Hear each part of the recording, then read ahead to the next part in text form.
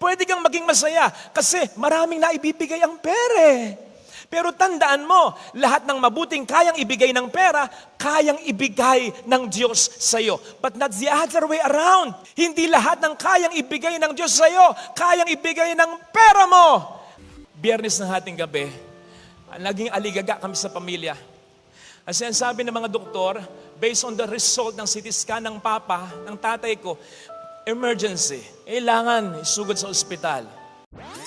So narinig natin sa ating mabuting balita ang istorya ng isang lalaki na maraming ari-arian.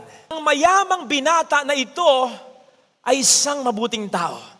Biruin po ninyo, inisa-isa ni Jesus ang ilan sa mga kautusan. Ang sabi ng binata, lahat po ng yan ay nagagawa ko na simula pa pagkabata. Kaya siguradong mabuting tao Kasi kung hindi, nalalaman ni Kristo kung siya'y niloloko. Baka sabihin ni Kristo sa kanya, mabuting tao, nagpapanggap ka, kilala kita. So walang reaksyon na ganun si Jesus. Totoong mabuting tao. And so girls, bata, binata, mayaman, may katungkulan, at mabuting tao, saan ka pa? Diba? Hindi mo na kinakailangang mamili sa either mayaman pero pangit ang ugali o mahirap pero maganda ang ugali. Ito, package. Parang ito yung sinasabi sa kanta ni Daniel Padilla, na sa'yo na ang lahat. So girls, meron pa. Kaya lang, matagal nang patay. Ito'y dati pa. Seriously, kung iisipin po natin, halos nasa sa kanya ang lahat upang siya'y maging masaya.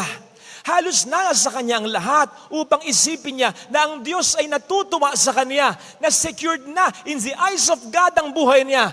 Pero maliwanag, mayroong kulang. Makikita sa kanyang katanungan, papaano ako magkakamit ng buhay na walang hanggan? Because you see, dati sa pag-iisip ng mga tao nung panahon ni Kristo, ang kayamanan, ang maraming ari-arian ay tanda na mahal ka ng Diyos, na pinagpala ka ng Diyos. Kaya nga ang reaksyon ng mga alagad, kung hindi maliligtas yung mayaman, kung mahirapang maligtas yung mayaman, sino pang maliligtas? So you see? Pero ang sinasabi dito ng Panginoon ay ito, ang kaligtasan ay hindi nasa merito ng tao, kundi kaloob ng Diyos sa tao. Ano ang sabi ng Panginoon? Ito'y imposible sa tao. Gaano ka man kayaman, marami ka man ginagawang kabutihan, ang buhay na walang hanggan, biyaya at kaloob pa rin ng Diyos. Yan. So yan yung unang kakulangan ng mayaman. Bagamat siya'y mayaman, at gumagawa ng kabutihan, para bang ang buhay na walang hanggan ay wala pa rin sa kanyang kasiguraduhan. Ito ngayon yung pangalawa. Ito yung pagninilayan natin. Hindi yung buhay na walang hanggan muna, kung saan ang Diyos ay makakasama ng mayaman sa ebanghelyo ng lubusan. Kundi yung buhay pa lang dito sa lupa, kung saan ang Diyos ay pwede mo nang maranasan, and therefore maranasan mo rin ang tunay na kaligayahan. Yun yung kulang sa mayaman. Hindi lang yung assurance ng buhay na walang hanggan, na parang wala pa rin siyang kasiguraduhan, kundi yung kaligayahan na ang Diyos dito pa lang sa lupa ay kanya nang maramdaman. Mahalaga po ito Kasi po pwedeng isipin din natin, tulad siguro ng inisip dati ng mayaman, pag yumaman ako, magiging tunay na masaya ako. Pwede kang maging masaya, pero yung tunay na masaya, I don't think may kasiguraduhan ito. Pwede kang maging masaya kasi maraming naibibigay ang pera. Pero tandaan mo, lahat ng mabuting kayang ibigay ng pera, kayang ibigay ng Diyos sa iyo. But not the other way around. Hindi lahat ng kayang ibigay ng Diyos sa iyo, kayang ibigay ng pera mo. Kaya walang kwenta ang pera kung wala ang Diyos sa buhay mo. Kung gusto mong tunay na maging mayaman, and therefore tunay na maging masaya, dapat meron ka ng mga bagay sa buhay na hindi kayang tumbasan ng pera. Malinis na konsensya, magandang relasyon sa Diyos tuwina, maganda at maayos na pamilya. Ilan lang yan sa dapat ay meron ka. In connection with this, Pwedeng isipin din natin tulad ng mayaman, kung ako'y magpapakabuting tao lang, kung ako'y makatutulong lang, kasi minsan talaga, or oftentimes, it gives us a great feeling. Yung gumagawa ka ng mabuti, sasaya na ako. Yun ang iniisip din sigurado nung mayaman. Yes, pwede kang maging masaya, provided na yung ginagawa mo ay produktong talaga ng malalim mong relasyon sa Kanya. Sapagkat kung hindi, mamamanglaw ka, mahihirapan ka, magrereklamo ka, manununtun ka, magbibilang ka ng mga ibinibigay, itinutulong mo, tuwina. In as much as matitrain ka. Dahil ang lahat ay magiging self-serving lang pala. Minsan, guilty ako ng ganito.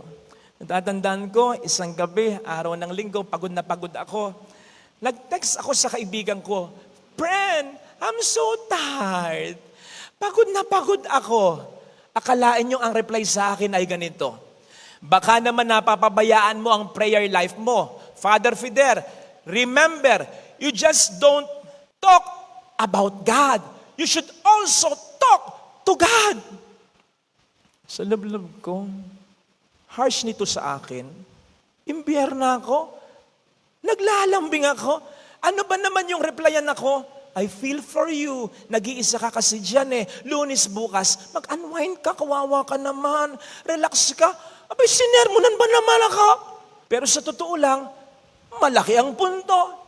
Sapagkat kung wala ang Diyos sa ginagawa ko, kung hindi ito resulta ng malalim kong relasyon sa Diyos, siguradong ang mafe-feel ko para kung kandilang naupos. Gayon din ang pagpapakabuting asawa, pagpapakabuting anak, sustento ka ng sustento sa magulang mo, gasta ka ng gasta, sa kapatid mo tumutulong ka, marami pang iba. Kung yan ay hindi bunga ng tunay na pagpapakabuting tao at malalim na relasyon kay Kristo, mapapagod ang katawan mo, pati ang loob mo. Unang mapapagod ang loob mo, kaya isasagad ang pagod ng katawan mo. Pero kung ito ay resulta ng tunay na pagiging mabuting tao at relasyon kay Kristo, mapapagod ang katawan mo, pero hindi ang puso mo.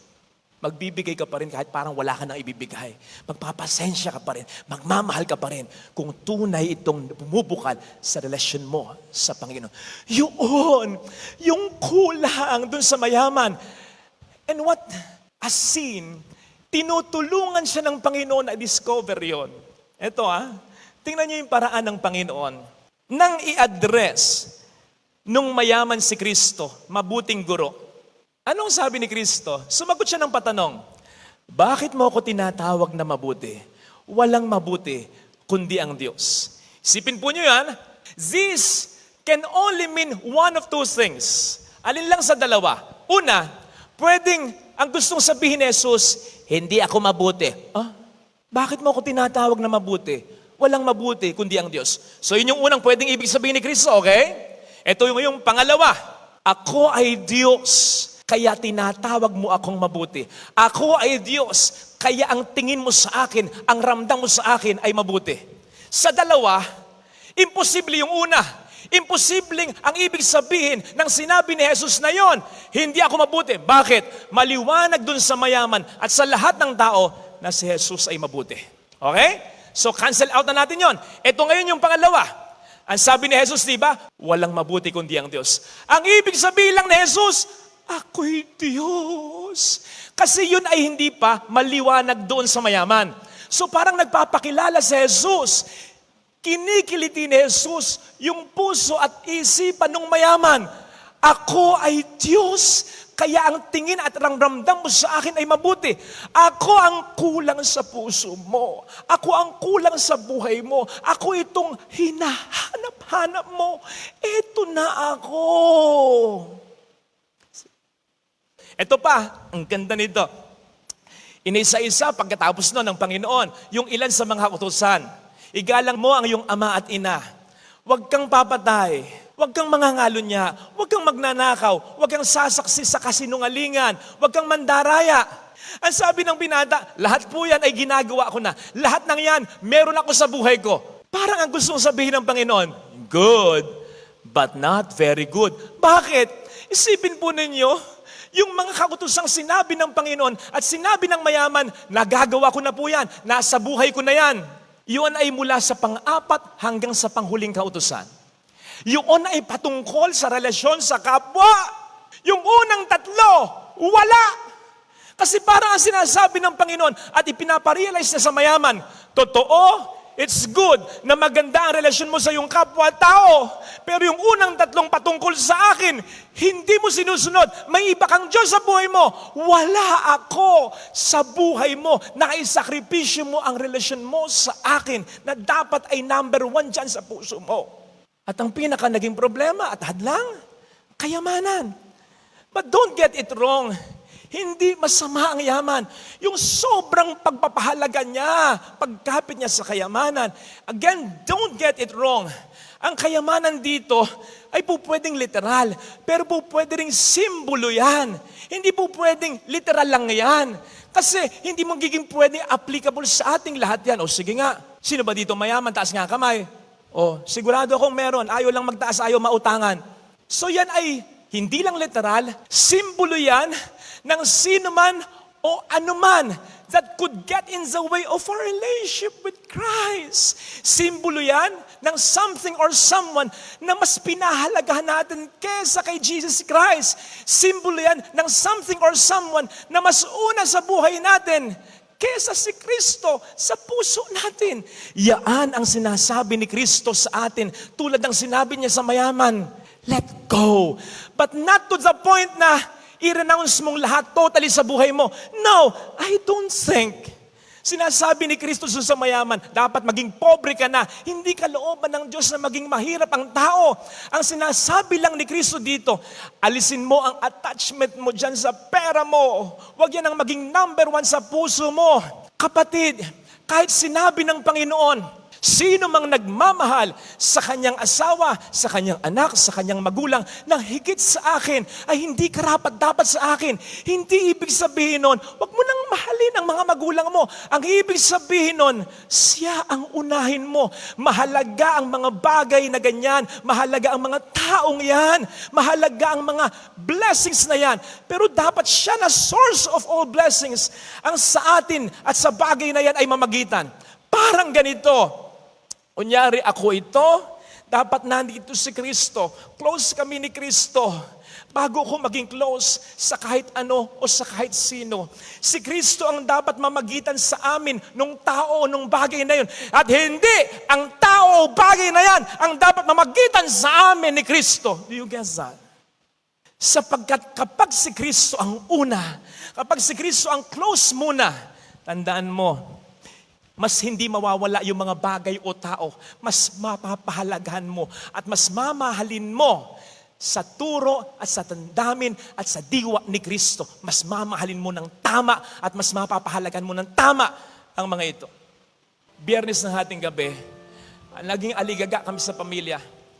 Ang sinasabi ng mga doktor, based on the result ng CT scan ng papa, ng tatay ko, emergency. Kailangan isugod sa ospital. So nagkumahog kami. Dinala namin ng ospital. May dugo dun sa may brain, kinakailangan alisin. Alam po ninyo, nung ko naranasan, yung madalas na daing ng karamihan ngayon, na ang mahal ay nagkakaroon ng sakit, hindi ka pwedeng samahan. Hindi mo pwedeng samahan. Kung ilang oras si Papa, nandun lang nag-iisa. Ang problema namin si Papa, may anxiety siya. Humihina ang loob niya kapag nag-iisa siya. Lalong-lalo na kung wala isa man sa amin sa tabi niya, gusto niya lagi katabi si Mama. So yun yung struggle for many hours. Walang text, walang call, nandun siya. Alam po ninyo, ang nakalubag ng loob ko o namin ay dasal talaga. Dasal. Kasi yun lang talaga eh. Pero wag mong ismolin yun, wag mong lalangin yun, malaking bagay yun. Kasi sa pagitan ko at ni Papa, si Kristo. Para bang sinasabi ko sa Kanya, Lord, yung isang kamay mo hawak ko. Yung isang kamay mo, ibigay mo sa tatay ko. Upang kahit hindi kami magkasama, maramdaman niya hindi siya nag-iisa. Upang kahit hindi kami magkasama, maramdaman niya na kami ay kasama niya at nag-aalala at nagmamahal. Lumalaban para sa Kanya. Doon ko na-realize yung dapat pala talaga si Kristo ang una, bago ang kung sino o kung ano pa. Si Kristo dito, hayaan mo si Kristo ang mag-lead sa iyo. Hayaan mo si Kristo ang mas mag-manage ng negosyo mo. Hayaan mo si Kristo ang mas mag-build up ng karir mo. Hayaan mo si Kristo ang mas mag-drive ng buhay mo. Hayaan mo si Kristo, batay sa relasyon mo sa Kanya, sa pagdarasal mo, sa pagpapakabuting tao mo, ang siyang magpabago ng asawa mo, ang magpatino ng anak mo, ang mag-ayos ng gusot ng pamilya mo. Hayaan mong si Kristo ang mag-alaga sa mahal mo. Gawin mo ang parte mo. Pero kapag ikaw ay may malalim na relasyon sa Kanya talaga, you'll feel He's working. Siya ang gumagawa. Hindi nga ba't sabi ni San Pablo, kahit sa kamatayan, nothing and no one can be able to separate us from the love of God through Jesus Christ. Kahit sa kamatayan, si Kristo ang nasa pagitan. Di ba't pinagdarasal natin ang mga namatay? Si Kristo ang sa atin dito at doon sa kanila ay patuloy na nag-uugnay. Diyos talaga. Kasi darating yung pagkakataon, either sa'yo o sa mahal mo, mararamdaman mo, wala kang ibang pwedeng pagkapitan, kundi siya lang. At siya ang sa iyo ay mag-uugnay sa kanila. Siya ang magiging dahilan upang mas mapangalagaan mo sila at hindi mawala sa buhay mo talaga. Kahit ang mangyari ay kahit ano pa. Ito sana ang hilingin nating biyaya sa banal na pagdiriwang. Na una nating mahalin ang tunay nating yaman, si Kristo lamang, upang mas mahalin natin at mas mapangalagaan natin ang mga bagay o tao na yaman ng ating buhay.